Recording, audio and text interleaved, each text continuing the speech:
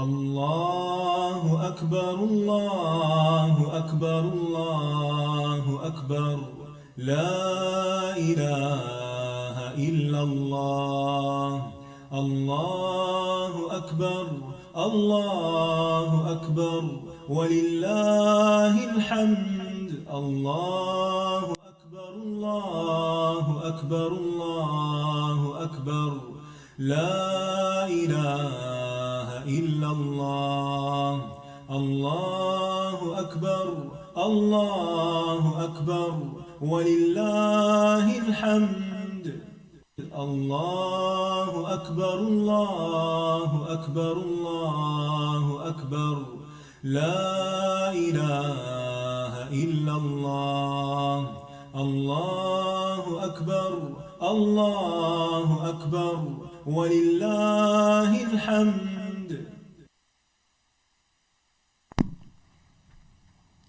السلام علیکم ورحمۃ اللہ وبرکاتہ. نحمده ونصلی علی رسولہ الکریم. اما بعد فاعوذ باللہ من الشیطان الرجیم. بسم اللہ الرحمن الرحیم. رب اشرح لی صدری ویسر لی امری واحلل عقدۃ من لسانی یفقهوا قولی.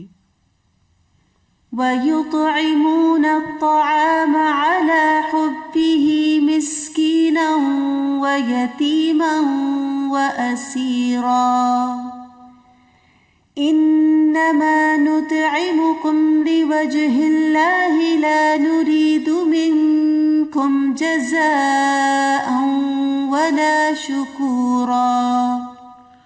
وَيُطْعِمُونَ الطَّعَامَ عَلَى حُبِّهِ مِسْكِينًا وَيَتِيمًا وَأَسِيرًا إِنَّمَا نُطْعِمُكُمْ لِوَجْهِ اللَّهِ لَا نُرِيدُ مِنكُمْ جَزَاءً وَلَا شُكُورًا. اور وہ کھانا کھلاتے ہیں اس کی محبت میں مسکین اور یتیم اور قیدی کو، اور کہتے ہیں ہم تو صرف اللہ کے چہرے کی خاطر تمہیں کھلاتے ہیں، نہ تم سے کوئی بدلہ چاہتے ہیں اور نہ شکریہ. دنیا میں دو طرح کے لوگ پائے جاتے ہیں. ایک وہ جو صرف اپنے بارے میں سوچتے ہیں، اپنے مفاد کے سوا کسی اور چیز کی خبر نہیں رکھتے. وہ صرف ان کاموں میں دلچسپی رکھتے ہیں جس میں ان کا کوئی ذاتی فائدہ ہو. ایسے لوگ احساس سے عاری اور بے رحم ہوتے ہیں. دوسری طرف وہ لوگ بھی ہیں جو خود ضرورت مند ہوتے ہوئے بھی دوسروں کی ضرورت پہلے پوری کر دیتے ہیں، اپنی ذات پر دوسروں کو ترجیح دیتے ہیں. دوسروں کو پہنچنے والی تکلیف انہیں گراں گزرتی ہے. اپنے جذبات کے ساتھ دوسروں کے جذبات کا بھی لحاظ رکھتے ہیں. ایسے لوگ اس زمین پر اللہ کی مخلوق کے لیے نعمت ہیں. جب کسی کے اندر حقیقی ایمان پیدا ہو جاتا ہے تو اس کا اظہار اسی شکل میں ہوتا ہے کہ وہ کسی شکریہ اور بدلے کا انتظار کیے بغیر دوسروں کے ساتھ جو بھلائی وہ کر سکتا ہے کر گزرتا ہے. ایسے ہی لوگ اللہ کے محبوب ہیں جو اس سے محبت کرتے ہیں اور اس کی محبت میں ہر پسندیدہ کام کرنے کے لیے تیار ہو جاتے ہیں. ان کی کمائی میں کمزوروں کا حق ہوتا ہے، اور جو دوسروں کے ساتھ بھلائی کرتا ہے وہ یقیناً خیر ہی خیر پاتا ہے.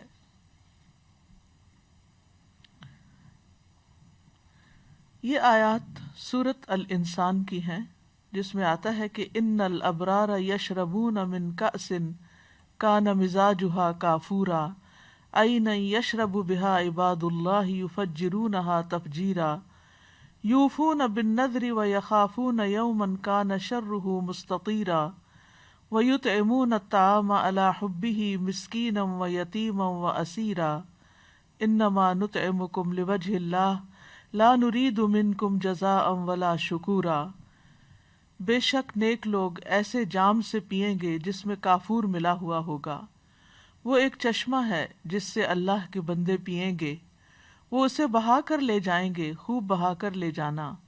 جو اپنی نظر پوری کرتے ہیں اور اس دن سے ڈرتے ہیں جس کی مصیبت بہت زیادہ پھیلی ہوئی ہوگی، اور وہ کھانا کھلاتے ہیں اس کی محبت پر مسکین اور یتیم اور قیدی کو، اور کہتے ہیں ہم تو تمہیں صرف اللہ کی خاطر کھلاتے ہیں، ہم تو تمہیں صرف اللہ کے چہرے کی خاطر کھلاتے ہیں، نہ تم سے کوئی بدلہ چاہتے ہیں نہ شکریہ. تو یہاں پر ابرار یعنی نیک لوگوں کی کچھ صفات کا ذکر ہو رہا ہے جن کی قیامت کے دن بہترین مہمانی کی جائے گی، کیونکہ دنیا میں وہ اللہ کی محبت کی خاطر لوگوں کی ضروریات کا خیال رکھتے تھے، اللہ سے کیے ہوئے وعدے پورے کرتے تھے، اور آخرت کے اس دن سے ڈرتے تھے جس کا شر ہر طرف پھیلا ہوا ہوگا، جس کی مصیبت ہر طرف عام ہوگی۔ یہی چیز انہیں ابھارتی تھی کہ وہ اللہ کی محبت میں اللہ کے چہرے کے دیدار کی خاطر ایسے نیک کام کریں کہ جو صرف اور صرف اس کے لیے خالص ہوں، جس میں کسی انسان سے بدلے یا شکریہ کی توقع نہ ہو۔ تو اس آیت کا جو خاص طور پر یہاں جس کا انتخاب کیا گیا، اس کا مطلب یہ ہے کہ وہ جو ایک معنی ہے کہ اللہ کی محبت میں، اور دوسرا یہ کہ کھانے کی محبت کے باوجود، یعنی خود انہیں کھانے کی ضرورت ہوتی ہے لیکن خود کھانے کی بجائے وہ دوسروں کو کھلا دیتے ہیں، ان لوگوں کو جو کمانے سے عاجز ہوں اور وہ کسی چیز کے مالک نہ ہوں۔ اور اس میں کئی لوگ آتے ہیں، یعنی سب سے پہلے تو یطعمون الطعام آتا ہے، یعنی کھانے کی محبت میں، کھانے کی خواہش کے باوجود، تھوڑا ہونے کے باوجود اللہ کی محبت کی وجہ سے وہ لوگوں کو کھلاتے ہیں۔ اور کس کس کو کھلاتے ہیں؟ مسکیناً، مسکین کو۔ مسکین وہ ہوتا ہے جسے دوسرے کی ضرورت ہوتی ہے اور وہ کمانے سے رکا ہوا ہوتا ہے۔ اور یتیم کو بھی کھلاتے ہیں۔ یتیم وہ نابالغ بچے ہوتے ہیں جو اپنے والد سے محروم ہو جائیں، یعنی وہ اپنی دیکھ بھال، لک آفٹر خود نہیں کر سکتے۔ اور پھر قیدی، قیدی کو کھلاتے ہیں۔ قیدی وہ ہوتا ہے جس کا معاملہ کسی اور کے ہاتھ میں ہوتا ہے۔ اور یہ صورت مکی صورت ہے جس کی یہ آیات آپ کے سامنے پڑھی گئی ہیں، یہ ساری کی ساری مسلمانوں کی قوت پکڑنے سے پہلے کے دور کی ہیں۔ اور قیدی کے بارے میں یہ اقوال بھی پائے جاتے ہیں کہ اس سے مراد مسلمان قیدی ہیں، یہ بھی معنی کیا جاتا ہے کہ اس سے مراد غلام ہیں، اور یہ بھی ہے کہ وہ مسلمان جو مشرکین کے قیدی ہیں، یعنی مشرکوں کے پاس قید کر دیے گئے ہیں۔ اور پھر ایک معنی یہ بھی کیا گیا ہے کہ ناقص العقل قیدی ہیں، یعنی قید ہونے کی وجہ سے وہ خبطی اور مجنون ہو گئے ہیں اور ان کو اپنا بھی ہوش نہیں، لہٰذا ان کی ضروریات پوری کرتے ہیں۔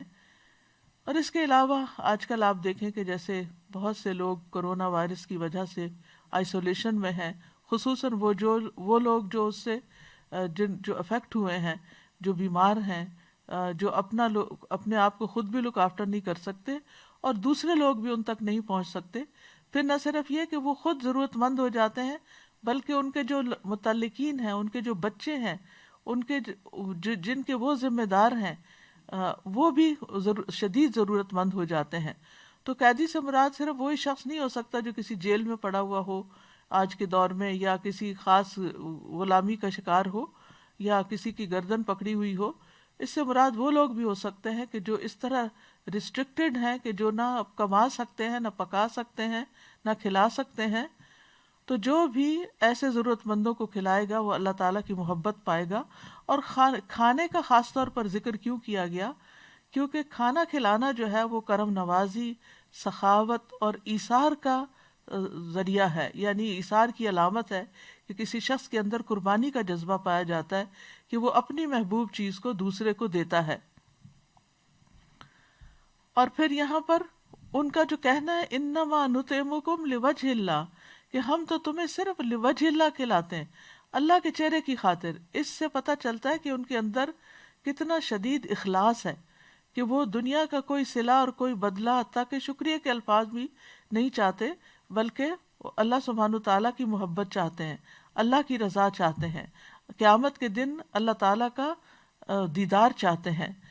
لا نرید منکم جزاء ولا شکورا، ہم تم سے کوئی بدلہ اور شکریہ نہیں چاہتے۔ مطلب یہ ہے کہ ہم تو اللہ سے بدلہ چاہتے ہیں، کیونکہ اللہ تعالیٰ جو بدلہ دے سکتا ہے وہ تو کوئی اور بدلہ دے ہی نہیں سکتا۔ یعنی یہ وہ لوگ ہیں جو لوگوں سے تعریف نہیں چاہتے، لوگوں سے ایکنالجمنٹ نہیں چاہتے، لوگوں سے بدلہ نہیں چاہتے، اور نہ یہ چاہتے ہیں کہ کوئی اس پہ تعریف کرے، اور اگر کوئی تعریف نہ کرے تو ناراض ہو جاتے ہیں۔ جیسے بعض خواتین کی عادت ہوتی ہے کہ کھانا پکائیں، اگر گھر والے کھانے والے تعریف نہ کریں تو وہ اس پر مائنڈ کر جاتے ہیں، اور اسی وجہ سے ہم دیکھتے ہیں کہ جو ہی کھانے کی ٹیبل پر لوگ مہمان بیٹھتے ہیں تو وہ عموماً پسند ہو یا نہ پسند ہو پکانے والے کی یا گھر والے کی تعریف کرنا شروع کر دیتے ہیں، کیونکہ اس تعریف کے سبھی کے کان منتظر ہوتے ہیں. تو لیکن جو خالص لوجہ اللہ کھلاتا ہے اس کو اس تعریف سے بھی گھبراہٹ ہوتی ہے، وہ یہ تعریف بھی نہیں چاہتا، کیونکہ جو اللہ کے مخلص بندے ہوتے ہیں وہ اللہ کے علاوہ کسی اور کی قدردانی کے محتاج نہیں ہوتے، اور یہی ان کے اخلاص کی سچائی ہوتی ہے. اور اسی طرح وہ یہ بھی نہیں کہتے کہ آپ ہمارے لیے دعا کریں، کیونکہ دعا بھی احسان کے بدلے کی ایک قسم ہے، لیکن اس کا یہ مطلب نہیں کہ تعریف کرنی نہیں چاہیے یا شکریہ ادا نہیں کرنا چاہیے یا یہ کہ دعا نہیں دینی چاہیے. جو ریسیپینٹ ہے اس کو یہ تمام کام کرنے چاہیے، اس کو شکریہ بھی ادا کرنا چاہیے، جزاک اللہ بھی کہنا چاہیے، اور کسی نہ کسی شکل میں اس احسان کا بدلہ بھی دینا چاہیے. لیکن اگر کوئی نہ دے سکتا ہو تو پھر اس پر کوئی حرف نہیں. تو اللہ سبحانہ وتعالیٰ ان کے دلوں کے حال کی تعریف کر رہے ہیں، یعنی صرف ان کی تعریف نہیں بلکہ ان کے دلوں کا حال بیان کر رہے ہیں کہ ان کے دل میں کیا ہے، کہ انما نطعمکم لوجہ اللہ.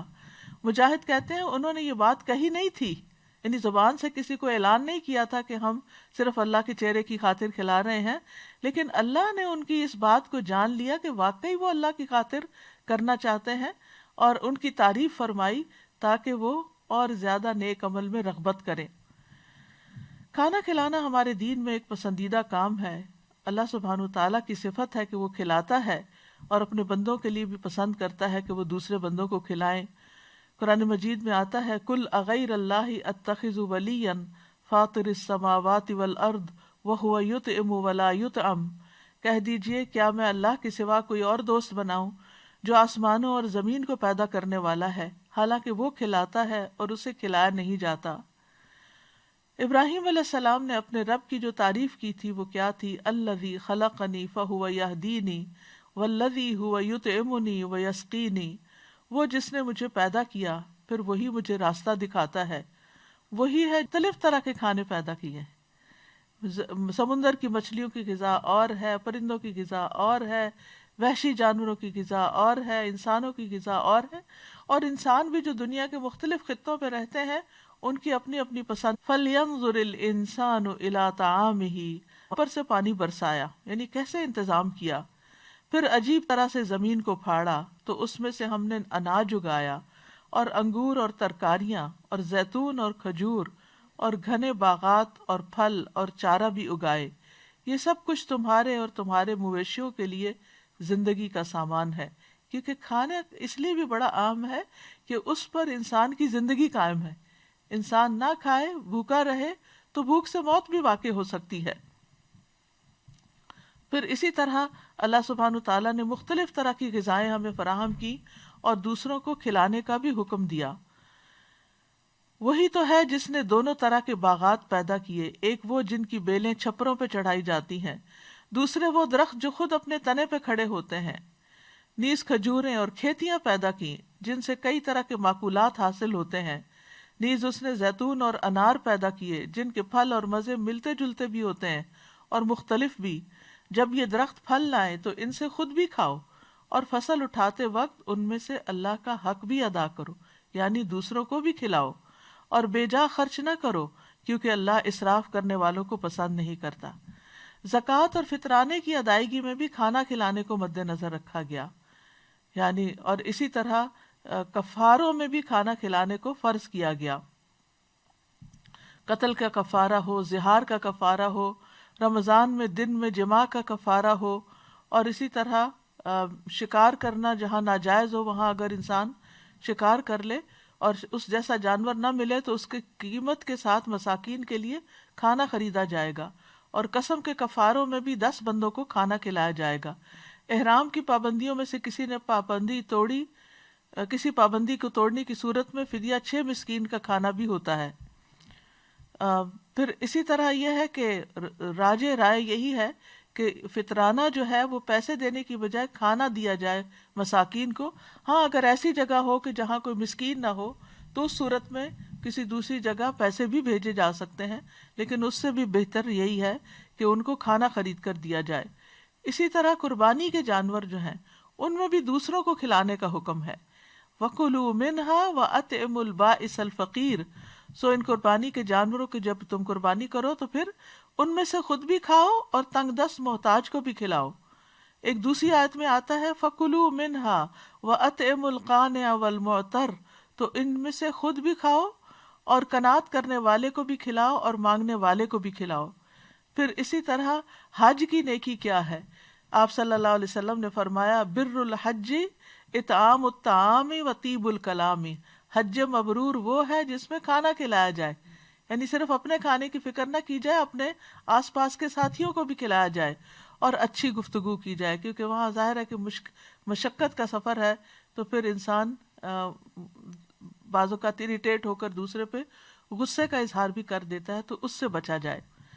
پھر اسی طرح اصحاب الیمین کی، جو قیامت کے دن دائیں ہاتھ والے ہیں، ان کی جو صفت قرآن مجید میں بتائی گئی ہے وہ کیا ہے؟ فَلَقْتَحَمَ الْعَقَبَةَ وَمَا أَدْرَاكَ مَا الْعَقَبَةُ فَكُّ رَقَبَةٍ أَوْ إِطْعَامٌ فِي يَوْمٍ ذِي مَسْغَبَةٍ يَتِيمًا ذَا مَقْرَبَةٍ أَوْ مِسْكِينًا ذَا مَتْرَبَةٍ ثُمَّ كَانَ مِنَ الَّذِينَ آمَنُوا وَتَوَاصَوْا بِالصَّبْرِ وَتَوَاصَوْا بِالْمَرْحَمَةِ أُولَئِكَ أَصْحَابُ الْمَيْمَنَةِ۔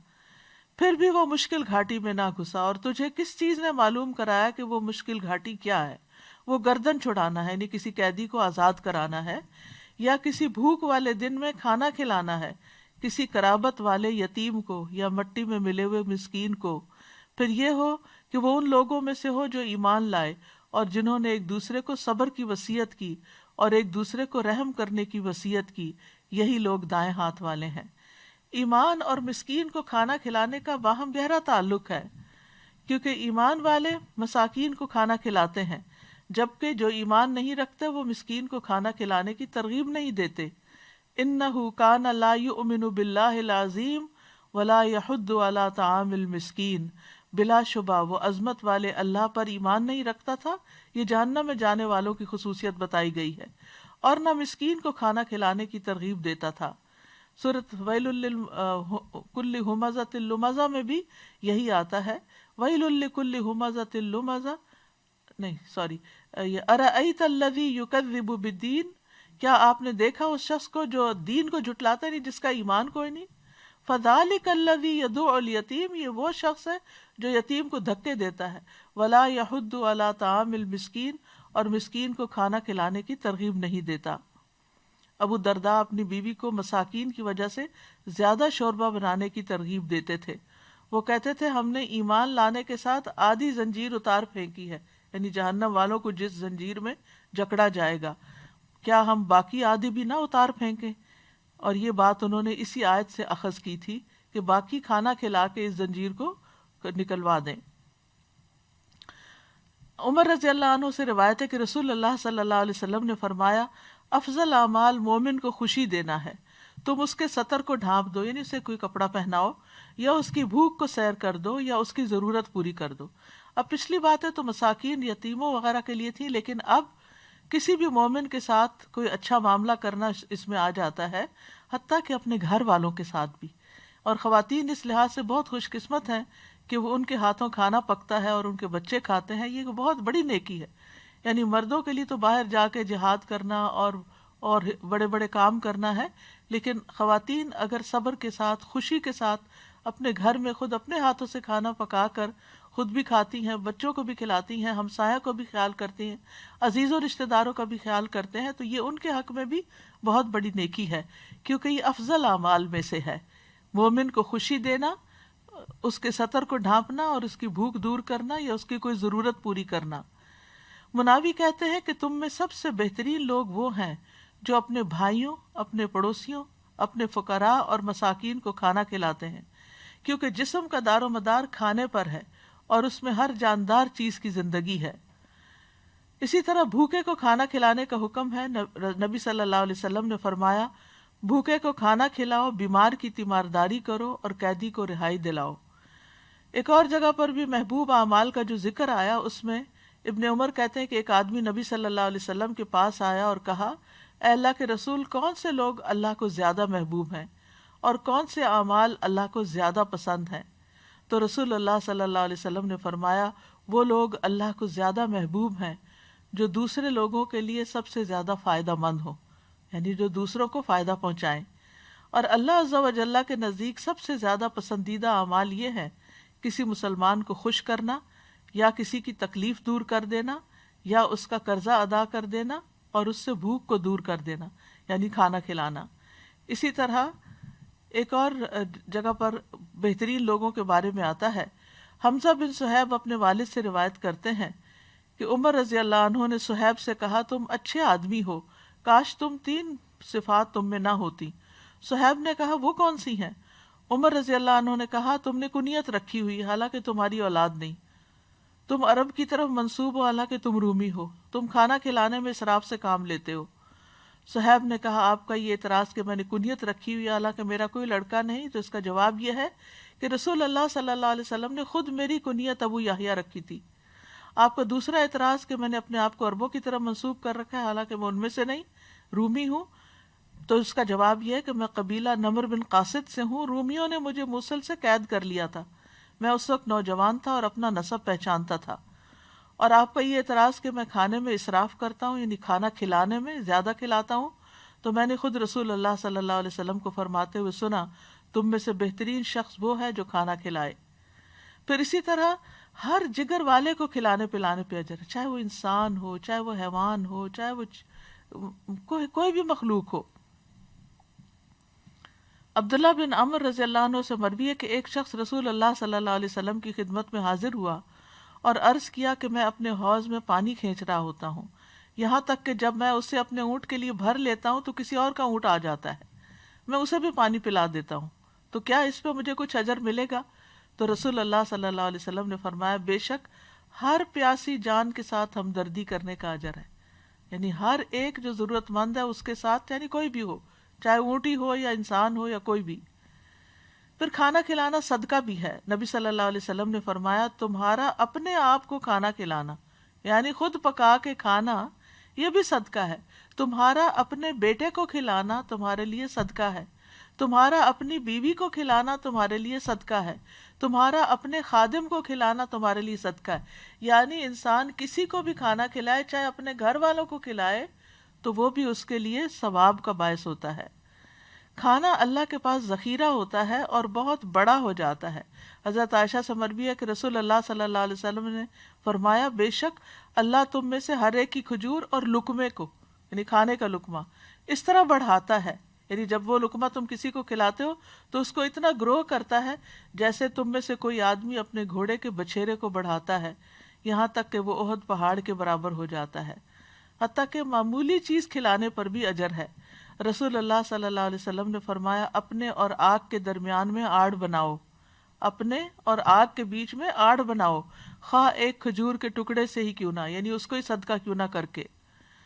سعید بن جبیر کہتے ہیں کہ مسلمان یہ سمجھتے تھے کہ تھوڑی چیز دینے پہ ان کو اجر نہیں ملے گا، تو جب ان کے دروازے پر مسکین آ جاتا تو وہ کھجور دینے یا روٹی کا ٹکڑا دینے یا اخروٹ دینے کو قلیل سمجھتے تھے کہ یہ تو چھوٹی سی چیز ہے، یہ کیا دینا، اور وہ سائل کو ایسے ہی واپس کر دیتے تھے اور کہتے تھے کہ کچھ نہیں، ہمیں صرف اسی چیز کے صدقہ کرنے پر اجر دیا جاتا ہے جو ہم خود پسند کرتے ہیں۔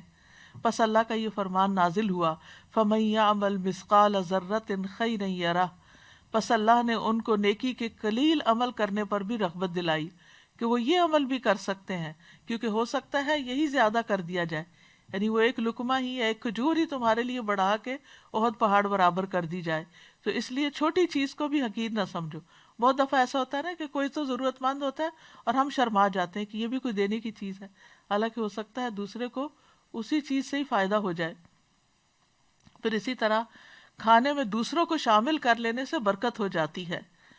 وحشی بن حرب اپنے والد اور دادا سے روایت کرتے ہیں ایک مرتبہ ایک شخص نے نبی صلی اللہ علیہ وسلم سے کہا ہم کھانا تو کھاتے ہیں لیکن ہم سیر نہیں ہوتے۔ آپ نے فرمایا شاید تم الگ الگ کھاتے ہو، اپنے کھانے پہ جمع ہو جایا کرو، یعنی اکٹھے بیٹھ کے کھایا کرو، اور کھانے کے وقت اللہ کا نام لیا کرو، وہ تمہارے لیے اس کھانے میں برکت ڈال دے گا، یعنی بسم اللہ پڑھ کے کھاؤ تو تھوڑا بھی پورا ہو جائے گا۔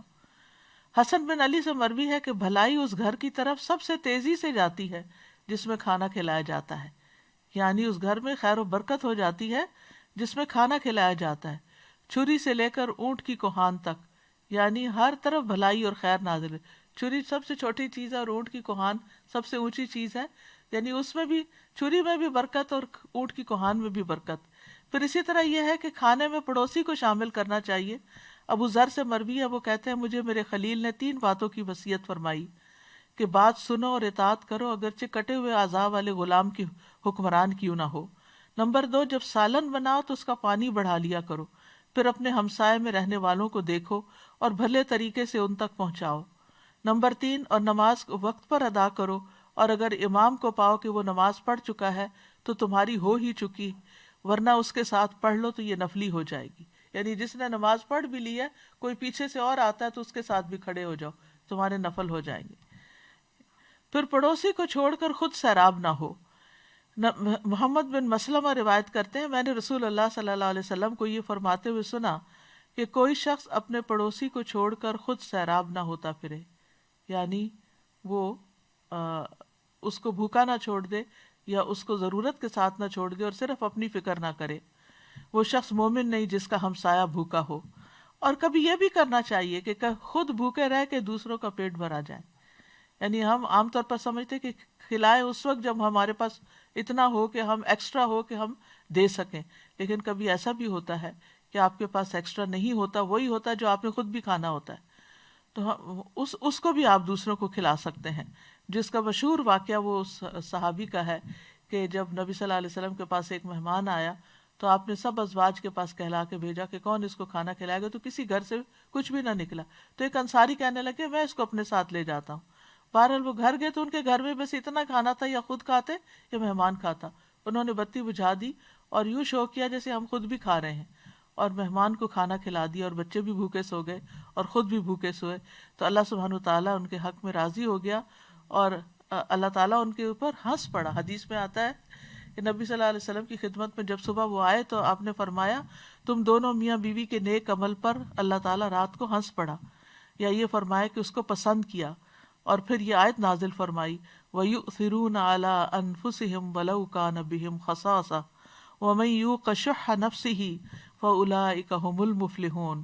اور وہ انصار ترجیح دیتے ہیں اپنے نفسوں پر دوسرے غریب صحابہ کو اگرچہ خود بھی فاقے میں ہوں، اور جو اپنی طبیعت کے بخل سے محفوظ رکھا گیا سو ایسے ہی لوگ فلاح پانے والے ہیں۔ پھر یہ ہے کہ مسکین کو کبھی خالی ہاتھ نہیں لوٹانا چاہیے، کچھ نہ آپ نے فرمایا کہ کچھ نہ کچھ رکھ دیا کرو، خواہ جلا ہوا کھوری کیوں نہ ہو۔ پھر اسی طرح یہ کھانا کھلانا جنت واجب کر دینے والا عمل ہے۔ ہانی بن یزید نے نبی صلی اللہ علیہ وسلم سے پوچھا مجھے کوئی ایسی چیز بتا دے جس سے میرے لیے جنت لازم ہو جائے، مجھے جنت میں جانا ہے۔ آپ نے فرمایا اچھا کلام اور کھانا کھلانے کو لازم پکڑ لو، یعنی دوسروں سے بات اچھی طرح کرو اور کھانا کھلانا پکا کر لو۔ پھر جنت کے خوبصورت بالا خانے ملنا۔ علی رضی اللہ عنہ سے مروی ہے، وہ کہتے ہیں کہ رسول اللہ صلی اللہ علیہ وسلم نے فرمایا یقیناً جنت میں ایسے بالا خانے بھی ہیں جن کا اندرونی حصہ باہر سے نظر آتا ہے اور باہر کا حصہ اندر سے نظر آتا ہے، یعنی جیسے شیشہ لگا ہوا ہو۔ تو ایک دیہاتی نے پوچھا یا رسول اللہ صلی اللہ علیہ وسلم یہ کس کے لیے ہیں؟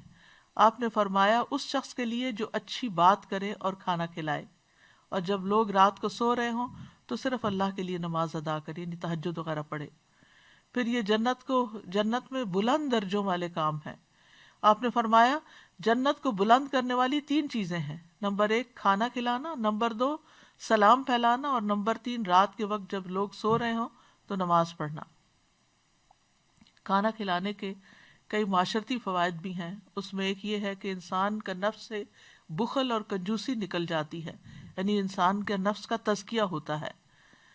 اور پھر اسی طرح فقیر اور بھوکا آدمی جو ہے وہ بھی راضی ہو جاتا ہے، اور اپنے دل میں جو امیر شخص کے خلاف کا بغض رکھتا ہے وہ نکل جاتا ہے، یعنی اپنی صفائی بھی ہوتی ہے اور جس کو دیا جاتا ہے اس کا دل کا حال بھی اچھا ہو جاتا ہے۔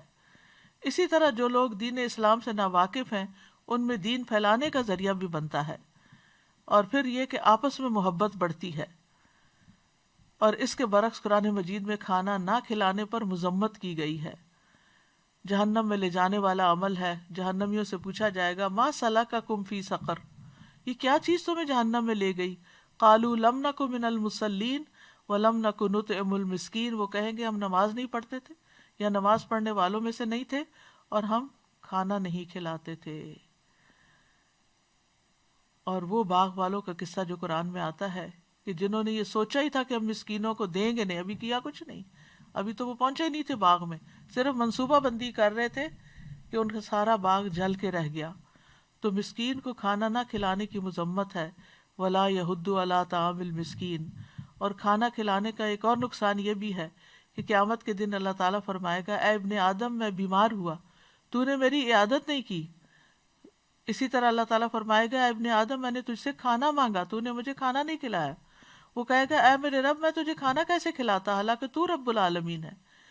تو اللہ تعالیٰ فرمائے گا، کیا تو نہیں جانتا تھا کہ میرے فلاں بندے نے تجھ سے کھانا مانگا تھا لیکن تو نے اس کو نہیں کھلایا؟ کیا تو نہیں جانتا تھا کہ اگر تو اس کو کھلاتا تو اسے میرے پاس پاتا؟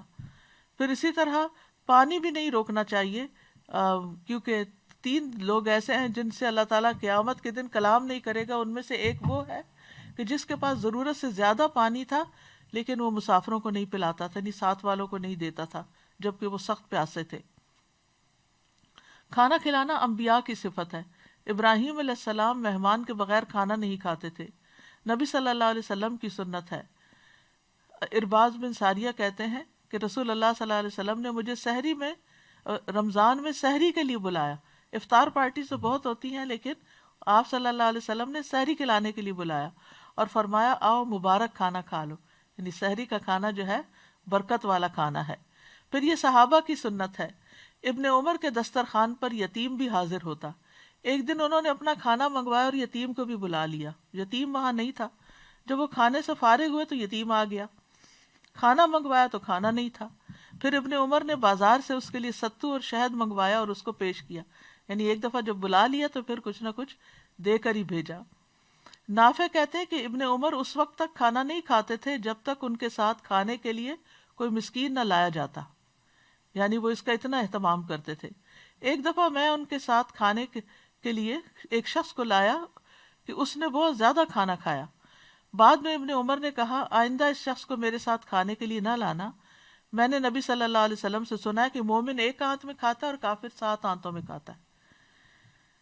پھر اسی طرح نافع بیمار ہو گئے، نافع کہتے کہ ابن عمر بیمار ہو گئے تو انہوں نے انگور کی خواہش ظاہر کی، ابھی انگور نئے نئے آئے تھے، یعنی موسم شروع ہوا تھا۔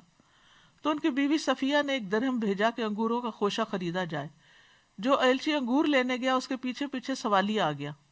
جب وہ ایلچی دروازے پہ آیا اور داخل ہوا تو اس نے کہا، ایک سائل ہے، یعنی سوا اللہ کے نام کا دو کچھ۔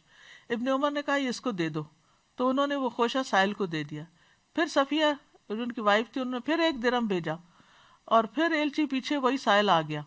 پھر ابن عمر نے کہا، یہ ان کو دے دو، پھر وہ دوبارہ ان کو دے دیا گیا۔ تو صفیہ نے سائل کی طرف پیغام بھیجا، اللہ کی قسم اگر تم اب آؤ گے تو تم مجھ سے کوئی خیر نہیں پاؤ گے، تم میرے شوہر کو کھانے نہیں دیتے پھر آ جاتے ہو۔ اور پھر 1 اور درہم بھیجا اور انگوروں کا خوشہ خریدا۔ امہات المومنین کی بھی یہ سنت ہے۔ ایک مسکین حضرت عائشہ کے پاس آیا، اس نے ان سے کچھ مانگا۔ حضرت عائشہ روزے سے تھی، ان کے گھر میں صرف 1 ہی روٹی تھی۔ اپنی لونڈی سے کہا، یہ اس کو دے دو۔ اس نے کہا، آپ کے پاس افطاری کے لیے کچھ نہیں؟ انہوں نے کہا، یہ اس کو دے دو۔ تو خیر لونڈی نے ایسا ہی کیا، وہ دے دیا۔ وہ کہتی ہیں، جب شام ہوئی تو کسی گھرانے کی طرف سے ہمیں بکری کا تحفہ بھیجا گیا۔ تو ام المومنین حضرت عائشہ نے کہا، مجھے بلایا اور کہا، اس میں سے تم کھا لو، یہ تمہاری 1 روٹی سے بہتر ہے۔ یعنی تم روٹی نہیں دے رہی تھی تو اللہ نے تمہارے لیے اتنا بہترین بھیج دیا۔ سلف صالحین جو تھے وہ اپنے کھانے میں دوسروں کو شریک کیا کرتے تھے۔ بہت سے لوگ افطاری میں دوسروں کو ساتھ کھلانے پہ ترجیح دیتے۔ ان میں سے عبداللہ بن عمر، داؤد طائی، مالک بن دینار اور احمد بن حنبل ہیں۔ ابن عمر یتیموں اور مساکین کے ساتھ روزہ افطار کرتے۔ اگر ابن عمر کو یہ علم ہو جاتا کہ ان کے گھر والوں نے ان کو مساکین اور یتیموں سے دور ہٹایا تو اس رات افطاری نہ کرتے، یعنی کہ وہ بہت زیادہ اس بات کا خیال رکھتے تھے۔ خود روزہ رکھتے اور دوسروں کو کھلا دیتے۔ ان میں سے حسن بصری اور عبداللہ بن مبارک ہیں۔ کبھی اکیلا نہ کھانے والے۔ ابو سوار ادبی کہتے ہیں کہ بنی عدی کے کچھ لوگ اس مسجد میں نماز پڑھتے تھے، ان میں سے کسی ایک نے بھی اکیلے اس طرح افطاری نہیں کی کہ وہ کھانے پر اکیلے ہوں۔ اگر ان کو کوئی کھانا کھانے والا ساتھ مل جاتا تو کھا لیتے، ورنہ اپنا کھانا مسجد لے جاتے اور وہاں لوگوں کے ساتھ مل کے کھاتے، لوگ ان کے ساتھ کھاتے۔ پھر اپنے کھانے پر دوسروں کو ترجیح دینا۔ ربی کے پاس جب کوئی سائل آتا تو وہ کہتے اس کو شکر کھلاؤ، کیونکہ ربی شکر پسند کرتے تھے، یعنی جو خود پسند کرتے تھے وہی مسکین کو دیتے تھے۔ غلام آزاد کرنے سے بھی زیادہ کھانا کھلانے کو پسند کرنا۔ بعض سلف صالحین کہتے ہیں کہ میں اپنے ساتھیوں میں سے 10 ساتھیوں کو دعوت دوں اور ان کو ایسا کھانا کھلا دوں جسے وہ پسند کرتے ہوں، تو یہ مجھے اسماعیل علیہ السلام کی اولاد میں سے 10 غلام آزاد کرنے سے زیادہ محبوب ہے۔ دنیا کی ہر چیز سے زیادہ اپنے بھائی کو کھانا کھلانا پسند کرنا۔ ابو سلیمان دارانی کہتے ہیں اگر پوری دنیا میں سے مجھے صرف ایک لقمہ ملے پھر میرا بھائی آ جائے تو میں یہی پسند کروں گا کہ میں یہ لقمہ اس کے منہ میں ڈال دوں۔ پھر گھر آنے والے مہمان کو بہترین چیز پیش کرنا۔ ابو خلدہ کہتے ہیں میں اور عبداللہ بن عون محمد بن سیرین کے پاس گئے تو انہوں نے ہمیں مرحبا کہا اور وہ کہنے لگے مجھے سمجھ نہیں آ رہی کہ میں تمہیں کیا تحفہ دوں، تم میں سے ہر ایک کے گھر میں روٹی اور گوشت کھایا جاتا ہے، لیکن میں تمہیں ایسا کھانا کھلاؤں گا جس کے بارے میں میرا خیال ہے کہ وہ تمہارے گھر میں نہیں کھایا جاتا۔ تو وہ شہدہ لے کر آئے جو کہ شیری کی طرح کی چیز یعنی میٹھی چیز تھی، وہ اسے چھری سے کاٹتے تھے اور ہمیں کھلاتے تھے، یعنی وہ چیز کھلانا کہ جو دوسرے نہیں کھاتے ہوں۔ بعض اوقات ایسا ہوتا ہے نا کہ روزمرہ کا نارمل کھانا تو ہر کوئی کھا رہا ہوتا ہے، لیکن یعنی کہ اہتمام کے ساتھ یا یعنی جو کبھی کبھار بنایا جاتا ہے۔ پھر اپنی پسند کا کھانا بنا کر دوسروں کو کھلا دینا۔ آمش کہتے ہیں کہ خیثمہ مٹھائی کی مانند ایک خبیث تیار کرتے، وہ بہت لذیذ کھانا بناتے، پھر وہ ابراہیم اور ہمیں بلاتے اور کہتے یہ میرا پسندیدہ کھانا ہے، تم کھاؤ، یہ میں نے تم لوگوں کے لیے تیار کیا ہے۔ آنے والے مہمانوں کے لیے کچھ نہ کچھ سنبھال کر رکھنا۔ جب حسن کے پاس ان کے بھائی آتے تو ان کے پاس جو کھانا موجود ہوتا وہ اسے اپنے بھائی کے پاس لے آتے، اور کبھی کسی سے کہتے کہ چارپائی کے نیچے سے یہ ٹوکری نکالیں، وہ اس کو نکالتے تو اس میں کھجوریں ہوتی، وہ اسے کہتے میں نے یہ کھجوریں آپ کے لیے رکھی ہوئی تھی کہ آپ کھائیں۔ انما نطعمکم لوجہ اللہ، ہم تمہیں صرف اللہ کے چہرے کی خاطر کھلاتے ہیں۔ تو یاد رکھیے کہ اللہ کے چہرے کے سوا سب کچھ فنا ہو جائے گا۔ اللہ سبحانہ تعالیٰ کے چہرے کی کوئی مثال نہیں، لیس کمثلہ شیء، یعنی کسی انسان کی شکل جیسی یا کسی اور کی شکل جیسی نہیں ہے اللہ تعالیٰ کی، وہ اللہ ہی ہے جس جیسا کوئی اور نہیں۔ اور اس کا حجاب، اس کے چہرے کا حجاب بھی ہے جو نور ہے، اگر وہ اسے کھول دے تو اس کے چہرے کی شعاعیں جہاں تک اس کی نگاہیں پہنچتی ہیں مخلوق کو جلا دیں، یعنی اتنا چمکدار ہے۔ اور پھر اللہ کے چہرے سے عظیم کوئی چیز نہیں۔ اعوذ بوجہ اللہ العظیم الذی لیس شیء اعظم منہ، اللہ سبحانہ تعالیٰ مسکراتا بھی ہے، ہنستا بھی ہے، اور مومن کی سب سے بڑی خواہش اللہ کے چہرے کا دیدار ہے، کیونکہ اس سے بڑی کوئی نعمت ہی نہیں۔ جنتی جب جنت میں پہنچ جائیں گے تو جنت کی ساری نعمتیں ان کے سامنے اللہ کے دیدار کے سامنے چھوٹی ہو جائیں گی۔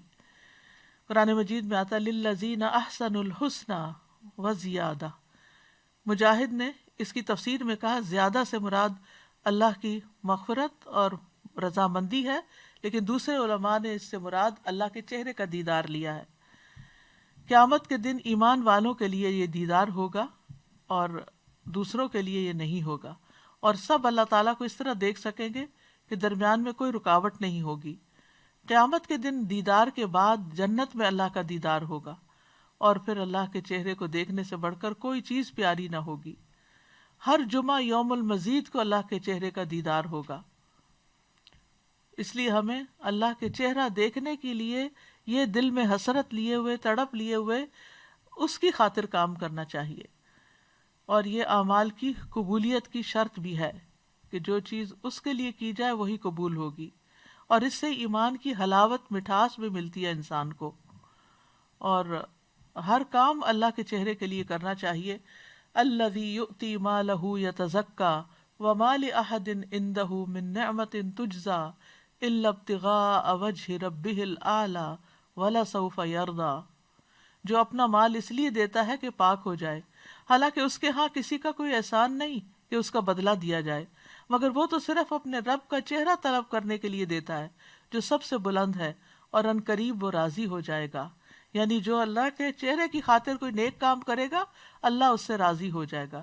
اس لیے نماز ہو یا روزہ ہو یا زکوٰۃ ہو یا صدقات ہو، کچھ بھی خرچ کریں یہ سب اللہ کے چہرے کی خاطر ہونا چاہیے۔ فآت ذی القربى حقہ والمسکین وابن السبیل ذلک خیر للذین یریدون وجہ اللہ واولئک هم المفلحون، پس قرابت والے کو اس کا حق دو، مسکین کو اور مسافر کو، یہ ان لوگوں کے لیے بہتر ہے جو اللہ کا چہرہ چاہتے ہیں، اور وہی فلاح پانے والے ہیں۔ اور اسی طرح جو بھی کسی کو کچھ دے، چھوٹی نیکی کرے بڑی نیکی، دل میں یہی ہو کہ میں اللہ کو دیکھنا چاہتی ہوں، چاہے قرآن پڑھنا ہو، چاہے پڑھانا ہو، چاہے ذکر کرنا ہو، چاہے لا الہ الا اللہ پڑھنا ہو، چاہے نیکی کے مسجدوں کی طرف جانا ہو، نیکی کے کام کرنے ہو، اللہ کی راہ میں جد و جہد کرنی ہو، اللہ کے لیے کوئی نظر ماننی ہو، صبر کرنا ہو، غصہ پینا ہو، دوسروں کو معاف کر دینا ہو، یہ سب کچھ اللہ سبحانہ تعالیٰ کا چہرہ چاہتے ہوئے ہی کرنا چاہیے، حتیٰ کہ اپنی ذمہ داریاں پوری کرنے کے لیے۔ اسی طرح اگر کوئی سوال کرے تو وہ بھی اللہ کے چہرے کا واسطہ یعنی دے کر جو سوال کرے اس کو دینا بھی چاہیے، یعنی کہ مانگنے والے کو اگر کوئی اللہ کے نام سے یا اللہ کے چہرے کی خاطر مانگے کہ اللہ تمہیں اللہ اپنا چہرہ دکھائے، تو اس سوالی کو رد نہیں کرنا چاہیے۔ آپ نے فرمایا جو تم سے اللہ کے نام پر پناہ طلب کرے اس کو پناہ دو، اور جو تم سے اللہ کے چہرے کے واسطے سے سوال کرے اس کو بھی دو۔ اور ہمیں دعا بھی مانگنی چاہیے اللہ سے کہ اللہ ہمیں اپنا دیدار عطا کر۔ اور یہ ایک لمبی دعا ہے جس کے ایک حصے میں یہ بھی دعا آتی ہے، اللہم بعلمک الغیب وقدرتک علی الخلق احینی ما علمت الحیات خیرا لی وتوفنی اذا علمت الوفاۃ خیرا لی، اللہم واسألک خشیتک فی الغیب والشہادہ واسألک کلمۃ الحق فی الرضا والغضب واسألک القصد فی الفقر والغنى واسألک نعیما لا ينفد واسألک قرۃ عین لا تنقطع واسألک الرضا بعد القضاء واسألک برد العیش بعد الموت اور واسألک لذۃ النظر الی وجہک والشوق الی لقائک فی غیر ضراء مضرۃ ولا فتنۃ مضلۃ، اللہم زیننا بزینۃ الایمان وجعلنا ھداۃ مہتدین۔ باقی حدیث کی بجائے میں اس صرف پارٹ کا ترجمہ کروں گی۔ اور تیرے چہرے کو دیکھنے کی لذت کا سوال کرتا ہوں، اور تجھ سے ملاقات کا شوق مانگتا ہوں، بغیر اس کے کہ کسی نقصان دہ مصیبت میں پھنسوں یا کسی گمراہ کن فتنے میں مبتلا ہوں۔ اے اللہ ہمیں ایمان کی زینت سے مزین کر دے اور ہمیں ہدایت یافتہ لوگوں کا رہنما بنا دے۔ پھر اللہ کے چہرے کا وسیلہ دے کے دعا کرنی چاہیے۔ اعوذ بوجہ قعقاع بن حکیم کہتے ہیں کہ کعب الاحبار نے کہا اگر میں چند کلمات نہ پڑھتا تو یہودی مجھے گدھا بنا دیتے، یعنی اتنا جادو کرتے تھے۔ لوگوں نے پوچھا وہ کیا ہے؟ کعب نے کہا اعوذ بوجہ اللہ العظیم الذی لیس شیء اعظم منہ وبکلمات اللہ التامات التی لا یجاوزہن بر ولا فاجر وباسماء اللہ الحسنی کلہا ما علمت منہا وما لم اعلم من شر ما خلق وبرأ وذرأ۔ میں اللہ کے عظیم چہرے کی پناہ مانگتا ہوں جس سے عظیم کوئی اور چیز نہیں، اور اس کے مکمل کلمات کے ساتھ پناہ چاہتا ہوں جس سے کوئی نیک یا بد آگے نہیں بڑھ سکتا، اور اللہ کے تمام اسماء حسنہ کے ساتھ پناہ چاہتا ہوں جن کو میں جانتا ہوں اور جن کو میں نہیں جانتا، اور اس چیز کے شر سے جس کو اللہ نے بنایا، پیدا کیا اور پھیلا دیا۔ بہت ہی جامع اور خوبصورت دعا ہے۔ اب کرنے کے کام کیا ہے؟ کرنے کے کام یہ ہے کہ ہم جو کام بھی کریں اللہ کے چہرے کی خاطر کریں، اور خاص طور پر کسی کی ضرورت پوری کرنا، چاہے وہ کھانا کھلا کے ہو، چاہے وہ کپڑا پہنا کے ہو، چاہے وہ کسی اور شکل میں ہو، کیونکہ اللہ ہی سب سے بڑھ کر ریوارڈ دینے والا ہے، اس کا بدلہ دینے والا ہے۔ کیونکہ کھانا پکانا، کھانا کمانا یہ کوئی آسان کام نہیں ہے، انسان کا خون پسینہ ایک ہوتا ہے۔ تو جو شخص محنت مشقت تک کر کے تکلیف اٹھا کے یہ کام کرتا ہے پھر اور وہ اللہ کی خاطر کرے تو اس کو اس کا اجر ملتا ہے۔ بعض لوگ بندوں کی تعریف کی خاطر جب کرتے ہیں اور بندے تعریف نہیں کرتے تو وہ سخت فرسٹریشن کا شکار ہوتے ہیں۔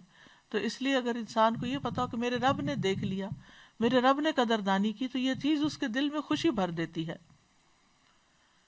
پھر یہ ہے کہ ہر چیز میں اپنا چہرہ اللہ ہی کی طرف کرنا چاہیے۔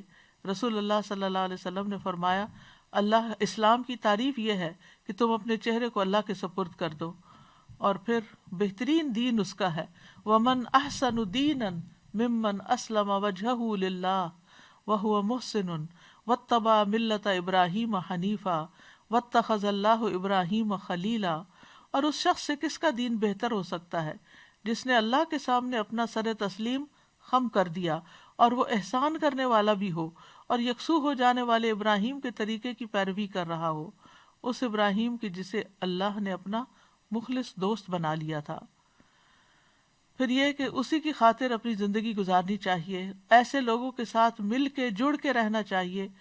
وَاصْبِرْ نَفْسَكَ مَعَ الَّذِينَ يَدْعُونَ رَبَّهُمْ بِالْغَدَاةِ وَالْعَشِيِّ يُرِيدُونَ وَجْهَهُ، اور اپنے آپ کو ان لوگوں کے ساتھ باندھے رکھو جو اپنے رب کو پہلے اور پچھلے پیر پکارتے ہیں، اس کا چہرہ چاہتے ہیں، اور تیری آنکھیں ان سے آگے نہ بڑھیں کہ تو دنیا کی زندگی کی زینت چاہتا ہو۔ اور اس شخص کا کہنا مت مان جس کے دل کو ہم نے اپنی یاد سے غافل کر دیا اور وہ اپنی خواہش کے پیچھے چلا، تو اس کا کام ہمیشہ حد سے بڑا ہوا ہے۔ پھر یہ ہے کہ نماز میں، دعا میں یکسوئی اختیار کرنی چاہیے، قربانی کے وقت اپنا رخ اللہ کی طرف کر لینا چاہیے، اور پھر جھگڑوں کے وقت بھی انسان جھگڑوں میں پڑنے کی بجائے اپنا معاملہ اللہ کے سپرد کر کے اپنا رخ پھیر لیں۔ پھر اللہ کے عذاب سے بچنے کے لیے اللہ کے چہرے کی پناہ مانگنی چاہیے۔ پھر سوتے ہوئے اپنا چہرہ اللہ کے سپرد کر دینا چاہیے۔ اللہم اسلمت وجہی الیک وفوضت امری الیک والجأت ظہری الیک رغبتا ورہبتا الیک لا ملجأ ولا منجا منک الا الیک آمنت بکتابک الذی انزلت وبنبیک الذی ارسلت۔ اے اللہ، میں نے اپنا چہرہ تیرے سپرد کر دیا، اپنا معاملہ تجھے سونپ دیا، میں نے تیرے ثواب کی توقع اور تیرے عذاب کے ڈر سے تجھی کو پشت پناہ بنا لیا۔ تجھ سے بھاگ کر کہیں اور پناہ اور نجات کی جگہ نہیں مگر تیرے ہی پاس۔ اے اللہ، جو کتاب تو نے نازل کی میں اس پر ایمان لایا، جو نبی تو نے بھیجا میں اس پر ایمان لایا۔ تو اگر تم اس حالت میں مر گئے، یعنی اس ایمان اور اس رغبت کے ساتھ، فرمایا تم فطرت پر مرو گے، اور اس کو باقی سب دعاؤں کے آخر میں پڑھو۔ تو اس سے یہ پتہ چلتا ہے کہ نبی صلی اللہ علیہ وسلم نے بعض اوقات احادیث کی ترتیب بھی بتائی۔ اللہ سبحانہ وتعالیٰ ہمیں عمل کی توفیق عطا فرمائے۔ وآخر دعوانا ان الحمد للہ رب العالمین۔ سبحانک اللہم وبحمدک اشہد ان لا الہ الا انت استغفرک واتوب الیک۔ السلام علیکم ورحمۃ اللہ وبرکاتہ۔ اللہ اکبر اللہ اکبر اللہ اکبر لا الہ الا اللہ اللہ اکبر اللہ اکبر وللہ الحمد اللہ اکبر اللہ اکبر اللہ اکبر لا الہ الا اللہ اللہ اکبر اللہ اکبر وللہ الحمد اللہ اکبر اللہ اکبر اللہ اکبر لا الہ الا اللہ اللہ اکبر اللہ اکبر وللہ الحمد۔